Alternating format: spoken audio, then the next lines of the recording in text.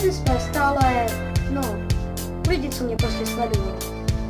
Takhle, děkuji všem lidem, kteří mě sledujou, kteří něco nějak mě podporují, i když jich mám asi 10, ale tak co?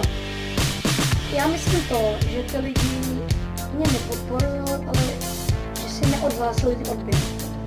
Dívím se za těch 10 měsíců, 11, co jsem se odhlásil, co jsem se odhlásil od YouTube, tak dívím se, když jsem se na ten kanál znovu podíval, byl tam 11, dívím se, zhlédnutí vyrostla na tam zhlédnutí 107 zhlédnutí, 105 zhlédnutí, mám tam zhlédnutí než 30, myslím. Nevím, zda má to nebo to video, no jinak, celkem doporučuji kanál, nedoporučuji. No, takhle, ten kanál je celkem vytvořený, jenomže je založený na takovým vypálkem, které jsem Michal Šindelář.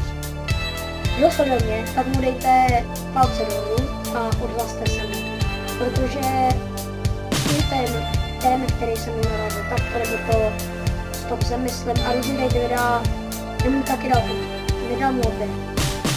Chtěl po mě, abych tohle šířil prej na YouTube, nějak tak. Takže děkuji všem mým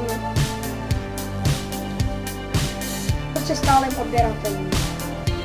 Já vím, tohle video má teď 2 minuty, 3 minuty, maximálně. Nebudu natáčet na kanál žádný gameplay,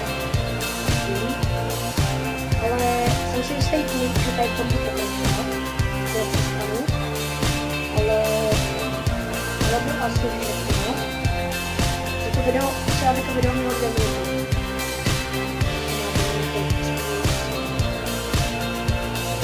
Tohle já nebudu. Jo, tak tohle to asi bude všechno. Ahoj.